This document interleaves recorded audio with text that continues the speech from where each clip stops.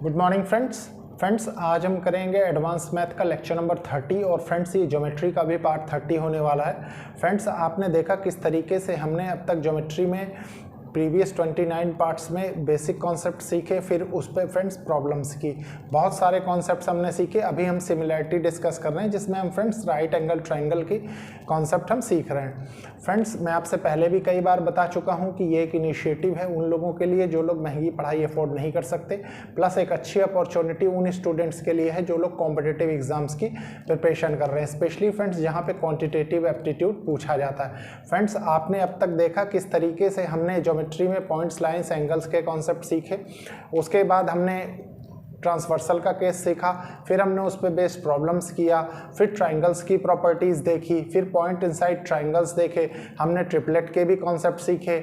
उसके बाद फ्रेंड्स आपने साइन कोसाइन रूल भी देखा, कॉन्ग्रुएंसी का कॉन्सेप्ट हमने सीखा, सिमिलरिटी ऑफ ट्रायंगल्स हम कंटिन्यू कर ही रहे हैं। फ्रेंड्स आप ये भी जानते हैं कि मैं बार बार आपसे रिक्वेस्ट करता हूं कि मार्केट से कोई भी अच्छी बुक लेके आप सॉल्व करने की कोशिश करिए, किसी भी राइटर की इससे कोई फ़र्क नहीं पड़ता, बस एक ही चीज़ होनी चाहिए फ्रेंड्स कि वो आपके एग्ज़ाम से रिलेटेड हो। तो फ्रेंड्स जैसे आप maximum number of questions practice करते जाएंगे आपकी स्पीड, एक्यूरेसी प्लस फ्रेंड्स आपकी कॉन्सेप्चुअल क्लैरिटी बहुत अच्छी हो जाएगी। आप देख भी रहे होंगे फ्रेंड्स कि जिस सीक्वेंस में वेल अरेंज, वेल मैनेज, मतलब एक तरीके से बिल्कुल टू द पॉइंट मैं आपको पढ़ाते चल रहा हूँ। उसका रीजन है फ्रेंड्स कि आपको मैं चाहता हूँ कि आप बिल्कुल भी आपको कॉन्सेप्ट से रिलेटेड डिस्ट्रैक्शन ना हो, कि आपको ऐसा हो जाए कि पता लगे आप कंफ्यूज रहें किसी भी चीज़ से कि किसके बाद क्या पढ़ना है, तो वो चीज़ नहीं रहनी चाहिए। मेरा मानना है फ्रेंड्स कि अगर हर चीज़ अलाइंड वे में आप पढ़ते चलेंगे तो आपको ज़्यादा आसानी होगी बाकायदे इसके कि जब हम रैंडमली पढ़ते हैं उसके कंपैरिजन में। ठीक है फ्रेंड्स लास्ट टाइम पे हमने जो कॉन्सेप्ट सीखा था उस पे एक ही प्रॉब्लम की थी। अब फ्रेंड्स आज हम उस पे बेस्ड और प्रॉब्लम करेंगे, प्लस देखेंगे कि मतलब किस तरीके से हम उन प्रॉब्लम्स को हैंडल करते हैं। ठीक है फ्रेंड्स, तो स्टार्ट करते हैं, देखते हैं क्वेश्चंस। देखिए फ्रेंड्स ये क्वेश्चन है, इस क्वेश्चन को बहुत अच्छे से रीड करेंगे, समझेंगे, उसके बाद सॉल्व करेंगे। ठीक है फ्रेंड्स, बहुत ही अच्छा क्वेश्चन है, आपकी बेसिक कॉन्सेप्चुअल क्लैरिटी को बहुत अच्छा करेगा। ये देखिए क्या लिखा है, इन ए ट्राइंगल ए बी सी, एक ट्राइंगल है A B C where angle B A C equals to 90 degree and A D perpendicular to B C, if A D equals to 12 centimetre, B D equals to 8 centimetre, then the length of B C. ठीक है friends, आपसे पूछ रहा है। अब friends आप करेंगे क्या, देखिए सबसे पहले हम राइट एंगल ट्राइंगल एक बनाएंगे। राइट एंगल ट्राइंगल एक बन गया। ठीक है, राइट एंगल एट कितना है, बी ए सी। ठीक है, ये यहाँ पे 90 डिग्री है। अब A D is perpendicular on B C, A D एक परपेंडिकुलर है, ये परपेंडिकुलर है किस पे, बी सी पे। ठीक है, और ये पॉइंट डी है।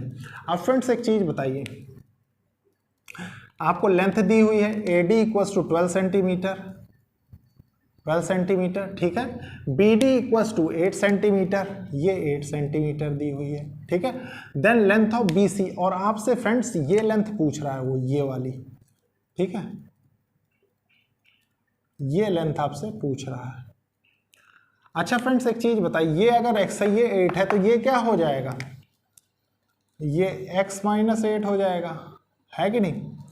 अब फ्रेंड्स आप ये भी जानते हैं कि हमने जो अभी राइट एंगल मतलब लास्ट लेक्चर जो हमने किया था उस पर हमने ये चीज़ देखी थी कि right angle triangle, inside right angle triangle की जो प्रॉपर्टीज हम पढ़ रहे थे, तो मैंने आपको थीटा के थ्रू वैल्यूज़ को लिखना सिखाया था। ठीक है फ्रेंड्स, कि आपको दिक्कत ना हो, कन्फ्यूजन ना हो। तो सबसे पहले देखिए, मान लीजिए हम इसको थीटा मानते हैं, ये 90 परपेंडिकुलर आपको दिया हुआ, तो ये क्या हो जाएगा 90 माइनस थीटा। अब फ्रेंड्स ये 90 था, ये 90 माइनस थीटा हो जाएगा, तो ये एंगल क्या होगा, ये थीटा हो जाएगा। ये थीटा है, ये 90 है, तो ये कौन सा हो जाएगा, ये 90 माइनस थीटा हो जाएगा, है कि नहीं।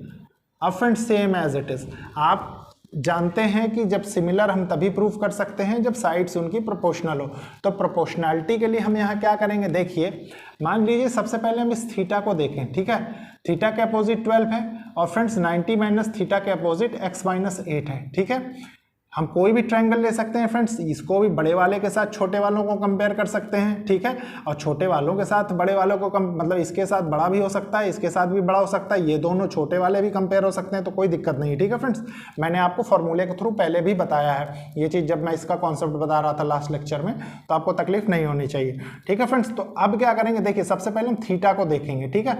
मान लीजिए हम इसके और इसके बीच कंपेयर कर रहे हैं, तो मान लीजिए हम सिमिलैरिटी एक तरीके से आप लिख लीजिए, triangle BDA is similar to triangle ADC, triangle ADC, ठीक है। अब इनमें क्या है फ्रेंड्स, सबसे पहले देखिए थीटा के अपोजिट क्या है, AD, क्योंकि जो चीज गिवन है फ्रेंड्स और जो चीज हमसे पूछी गई उसी के बीच का हम रिलेशन बनाएंगे, ठीक है। और तो फिर फ्रेंड्स ये तो थीटा हो गया इसका। अब इसमें देखिए हमने कहा ना दो को हम सिमिलर कर रहे हैं, इस वाले ट्रायंगल को इस वाले ट्रायंगल को, तो इसमें थीटा के अपोजिट क्या है, BD इक्वल्स टू, अब देखिए फ्रेंड्स 90 माइनस थीटा अगेन इसमें, तो ये किसके बराबर होगा, DC, और 90 माइनस थीटा इसमें किसके बराबर होगा, AD के। अब इनकी वैल्यूज पुट कर देंगे, वैल्यू पुट करेंगे फ्रेंड्स तो क्या होगा, देखिए AD कितना दिया हुआ है आपको 12, BD कितना दिया हुआ है 8, DC कितना दिया हुआ है x माइनस 8, और फ्रेंड्स आपको AD कितना दिया हुआ है, AD 12 दिया हुआ है, ठीक है। अब फ्रेंड्स देखिए ये 4 से कैंसिल हो जाएगा, 4 2 जा 8, 4 3 जा 12, ठीक है, 2 6 जा 12 होता है, ठीक है, 6 3 जा 18, x माइनस 8 इक्वल्स टू 18। अब फ्रेंड्स एक चीज बताइए, x माइनस 8 इक्वल्स टू 18 आ गया, तो x इक्वल्स टू कितना हो जाएगा 26 सेंटीमीटर, ठीक है। फ्रेंड्स एग्जाम में जब आप ऐसे क्वेश्चंस करते हैं तो देखिए आपको यहाँ तक के स्टेप नहीं लिखने, उसका रीजन है फ्रेंड्स कि प्रैक्टिस, जब आप मैक्सिमम नंबर ऑफ क्वेश्चंस कोई भी करते हैं कहीं पे प्रैक्टिस, तो फ्रेंड्स ये जो स्टेप होते हैं ये आपको लिखने की जरूरत नहीं पड़ती, आप डायरेक्टली इसमें से कंपेयर करके वैल्यूज रख के सॉल्व कर सकते हैं, ठीक है। मेरा काम है समझाना, इसलिए मैं इस तरीके से आपको समझाता हूँ। अब फ्रेंड्स देखिए x इक्वल्स टू 26, मतलब ये जो वैल्यू है ये 26 सेंटीमीटर आ गई। अब आप थोड़ी देर एक चीज ये सोच के देखिए फ्रेंड्स, मान लीजिए ये ना पूछा होता इसी क्वेश्चन में एक थोड़ा सा BC एंड आपसे रख दिया होता CD की वैल्यू पूछ रहा होता, तो आप CD इक्वल्स टू क्या रखते, CD इक्वल्स टू आप जानते हैं x माइनस 8 दिया हुआ, x minus 8 equals to 18 centimetre दिया हुआ, ठीक है। तो आंसर क्या होता है 18 सेंटीमीटर, ठीक है फ्रेंड्स, ऐसा भी क्वेश्चन बन सकता है, ठीक है। तो ये था फ्रेंड्स, आपकी कॉन्सेप्चुअल क्लैरिटी को बहुत अच्छा करेगा। इसके बाद देखते हैं फ्रेंड्स हम नेक्स्ट क्वेश्चन। देखिए फ्रेंड्स इस क्वेश्चन को पहले रीड करेंगे, समझेंगे, उसके बाद सॉल्व करेंगे, ठीक है फ्रेंड्स। देखिए क्वेश्चन क्या कह रहा है, in triangle ABC angle B is right angle, ठीक है फ्रेंड्स। पहले ट्राइंगल बनाएंगे,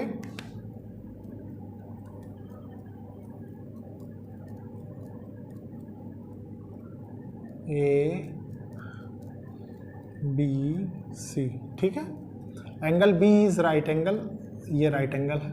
from point B a line is drawn which bisect AC, ठीक है, perpendicularly at point D। Friends यहाँ से एक विच बाइसेक्ट AC को बाइसेक्ट करती है, ठीक है फ्रेंड्स, और यहाँ से परपेंडिकुलर एक ड्रॉ करना है पॉइंट D के लिए, ठीक है। तो हम देखिए बनाते हैं, ये बन गया परपेंडिकुलर हो गया ये, ठीक है, ये पॉइंट D हो गया। अब फ्रेंड्स क्या कह रहा है, AC इक्वल्स टू 8 सेंटीमीटर, ये पूरी लेंथ फ्रेंड्स आपको 8 सेंटीमीटर कह रहा है, ठीक है, 8 सेंटीमीटर। फाइंड BD, आपसे ये लेंथ पूछ रहा है, ठीक है फ्रेंड्स। इसको फ्रेंड्स मैं आपको दो तरीके से बताऊंगा, क्यों अभी बताता हूं, देखते जाइए फ्रेंड्स। देखिए वे 1 डाल लीजिए सबसे पहले, वे 1, ठीक है। वे 1 हमारा वही ट्रेडिशनल मेथड, सबसे पहले ये एंगल लिया हमने थीटा, ये हो गया 90 माइनस थीटा, क्योंकि ये 90 है, ठीक है फ्रेंड्स, और ये 90 था, ये 90 माइनस थीटा, तो ये क्या हो जाएगा, ये थीटा हो जाएगा, ये 90 ये थीटा, ये का क्या हो जाएगा 90 माइनस थीटा, ठीक है। आप फ्रेंड्स एक चीज बताइए, थोड़ी देर के लिए समझने की कोशिश करिए, ये 8 सेंटीमीटर है और ये परपेंडिकुलर बाइसेक्ट कर रहा है AC को। बाइसेक्ट का मतलब है कि ये दोनों लेंथ बराबर होगी, ठीक है। बराबर होने का मतलब ये 8 सेंटीमीटर है तो ये क्या हो जाएगा, ये 4 सेंटीमीटर हो जाएगा, ये भी 4 सेंटीमीटर हो जाएगा, ठीक है फ्रेंड्स। अब आपसे बी डी पूछ रहा है, तो बी डी को मान लीजिए आपने एक्स मान लिया, ठीक है। आप थोड़ा सा रिलेशन बनाने की कोशिश करिए उन चीज़ों के बीच में जो चीज़ आपको गिवन है, और इसमें गिवन क्या क्या है फ्रेंड्स, ये गिवन है, ये गिवन है, तो ये थीटा और 90 माइनस थीटा के बीच का रिलेशन बनेगा। तो सबसे पहले फ्रेंड्स हम जब कंपेयर करेंगे तो किसके किसके बीच होगा, देखिए थीटा के अपोजिट कौन सी साइड है, बी डी, ठीक है, इस वाले ट्रायंगल में, और इसमें थीटा के अपोजिट कौन सी है, ए डी, इक्वल्स टू, अब फ्रेंड्स 90 माइनस थीटा के अपोजिट इस वाले में कौन सी है, C D, by 90 minus theta के अपोजिट इसमें क्या है, बी डी।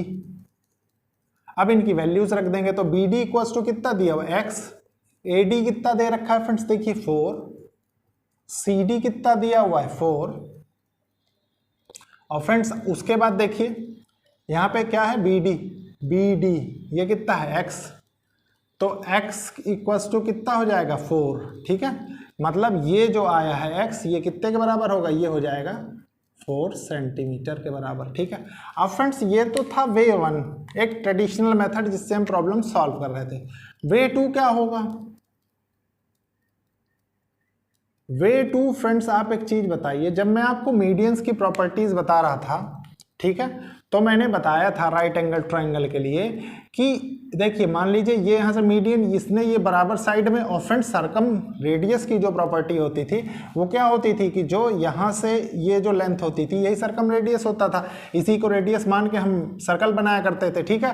तो फ्रेंड्स ये जो लेंथ होती थी, क्योंकि हर वर्टेक्स से पास होना चाहिए था, ठीक है, तो ये लेंथ और ये लेंथ, ये तीनों लेंथ बराबर होती थी, तो अगर ये 4 सेंटीमीटर था तो ये भी तो 4 सेंटीमीटर होना चाहिए था, तो x इक्वल्स टू 4 सेंटीमीटर, क्यों, सर्कम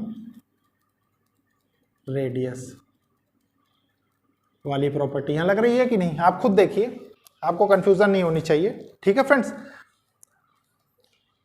अब फ्रेंड्स देखिए, और ये मीडियन आपको बता ही रहा है क्योंकि बेस साइड को फ्रेंड्स ये 2 बराबर भागों में बांट रहा है, ठीक है।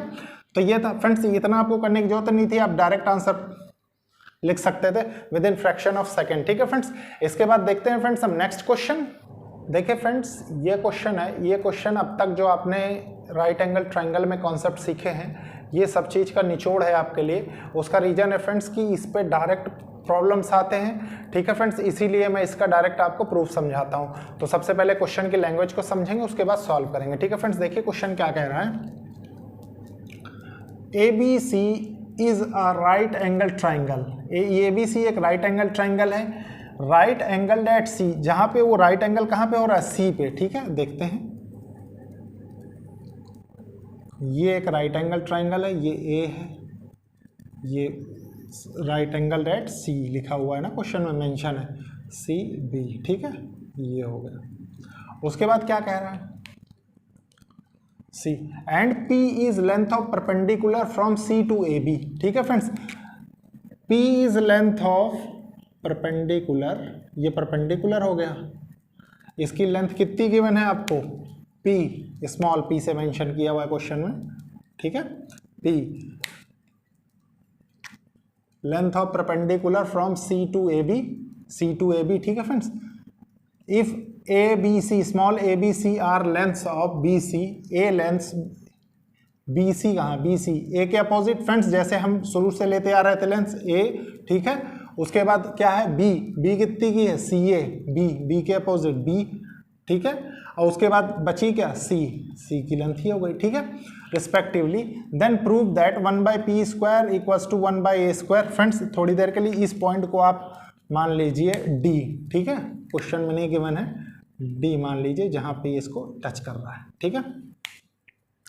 अब फ्रेंड्स आप इसमें से क्या कर सकते हैं, सबसे ज़्यादा गौर करिए कि हम स्टार्ट कहाँ से करेंगे इसको, ये रिजल्ट पाने के लिए, ठीक है। तो सबसे पहले हम इसमें पाइथागोरस थ्योरम देखते हैं, apply Pythagoras theorem, apply Pythagoras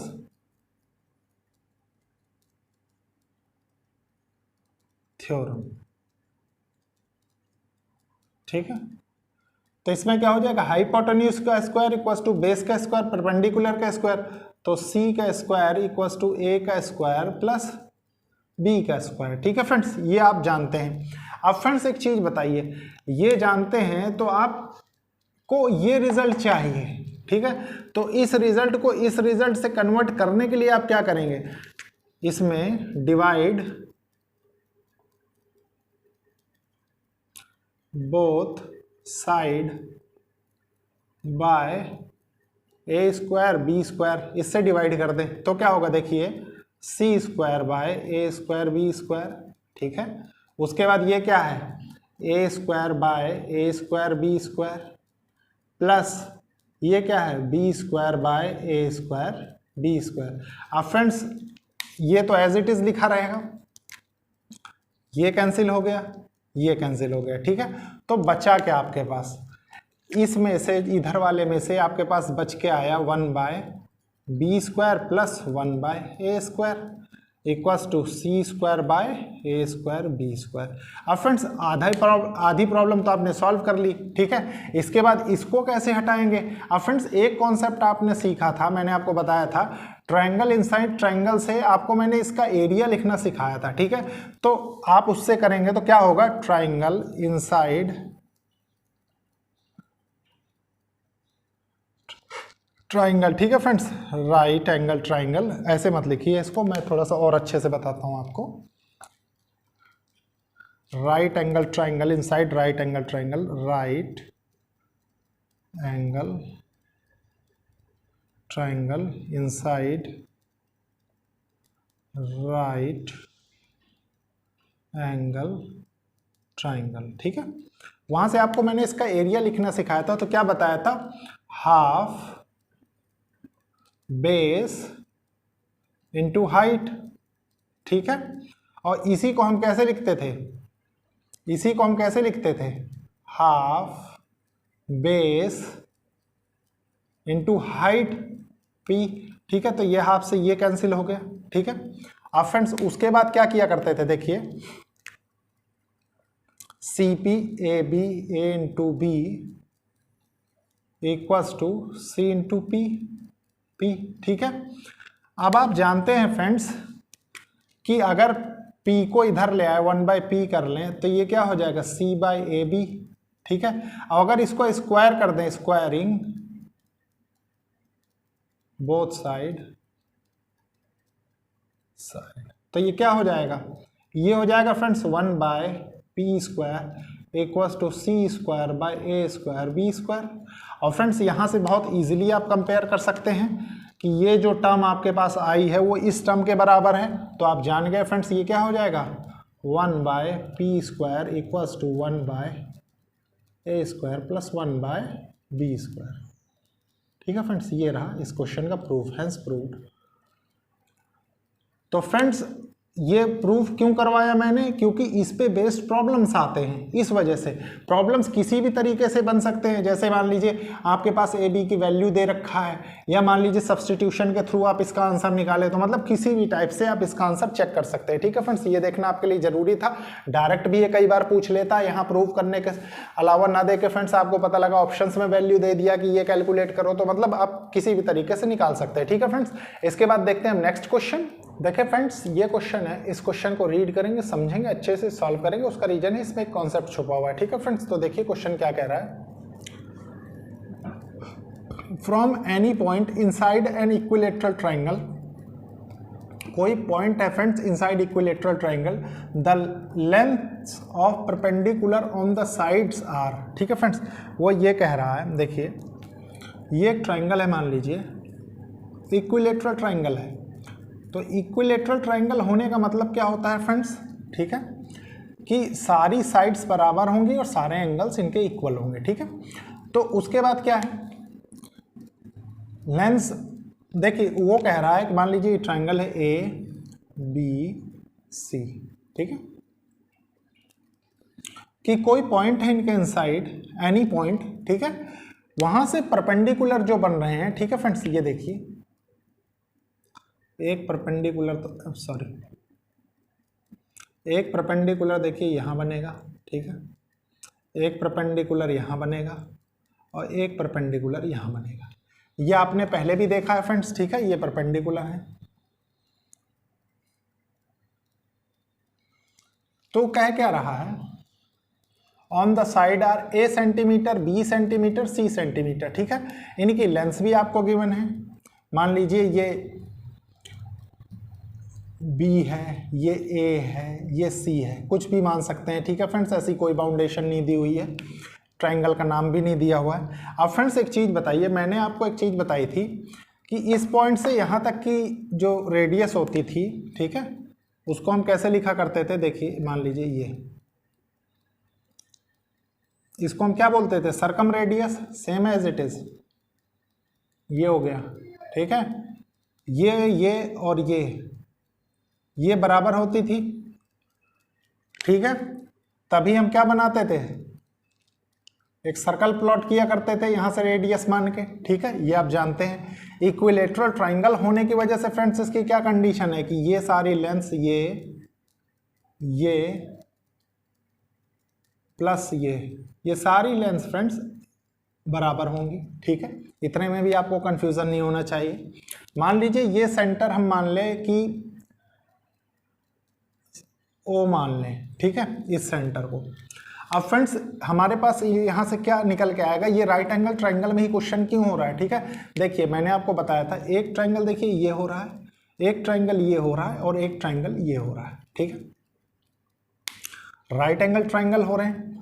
अब फ्रेंड्स इनका मतलब आपसे पूछ क्या रहा है, it's area in centimetre square, इस पूरे का एरिया सेंटीमीटर स्क्वायर में पूछ रहा है। अब friends area of equilateral triangle friends आप जानते हैं क्या होता है, √3/4a², मैंने आपको पहले भी बताया, ठीक है फ्रेंड्स। तो आप करेंगे कैसे, देखिए, और ये जो फ्रेंड्स हैं इनका एरिया भी लिखना मैंने आपको सिखाया है। तो इनका एरिया कैसे लिखेंगे, देखिए मान लीजिए ये क्या कह रहा है, the length of perpendicular on the side are, ठीक है फ्रेंड्स। हमने सारी चीजें मेंशन कर दी। अब देखिए करेंगे क्या, एरिया ऑफ इक्विलेटरल ट्रायंगल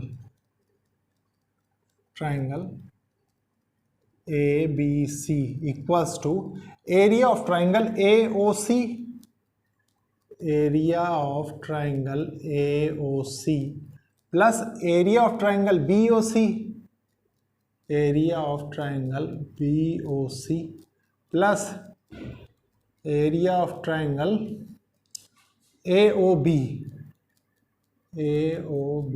ठीक है। अब friends area of equilateral triangle ABC मतलब √3/4 साइड का स्क्वायर x, साइड x है, ठीक है। ये क्या होगा, हाफ, मान लीजिए कोई भी बेस तो सबका बराबर ही है, into height a plus half base x into height कितनी है परपेंडिकुलर b मान लीजिए, plus half base into height, ठीक है फ्रेंड्स। डायरेक्ट फॉर्मूला मैंने लिखा है। उसके बाद फ्रेंड्स एक चीज बताइए, यहां से हाफ और x तो कॉमन आ जाएगा, ये क्या बचेगा, a plus b plus c बचा, ठीक है।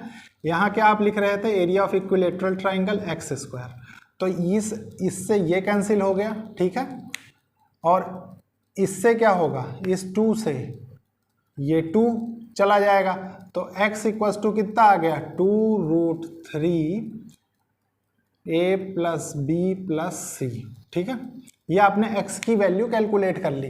अब फ्रेंड्स साइड की वैल्यू आपने निकाल ली, तो आप बहुत easily friends area of equilateral triangle भी निकाल सकते हैं, ठीक है। तो एरिया ऑफ इक्विलेटरल ट्रायंगल क्या होगा, देखिए √3/4 इंटू साइड का स्क्वायर तो x, ठीक है, 2/√3 a plus b plus c, ये हो गया, ठीक है। यहां तक कोई दिक्कत नहीं होनी चाहिए, ठीक है। इस पूरे का फ्रेंड्स स्क्वायर होगा क्योंकि साइड है ना, ठीक है, ये हो गया। तो ये क्या लिख सकते हैं हम, √3/4 इंटू 4/3, ठीक है, a plus b plus c का स्क्वायर। इससे ये कैंसिल हो गया, तो हमारे पास आ क्या गया, √3/3 a + b + c का होल स्क्वायर। ठीक है फ्रेंड्स, यही फ्रेंड्स इस क्वेश्चन का आंसर हो जाएगा।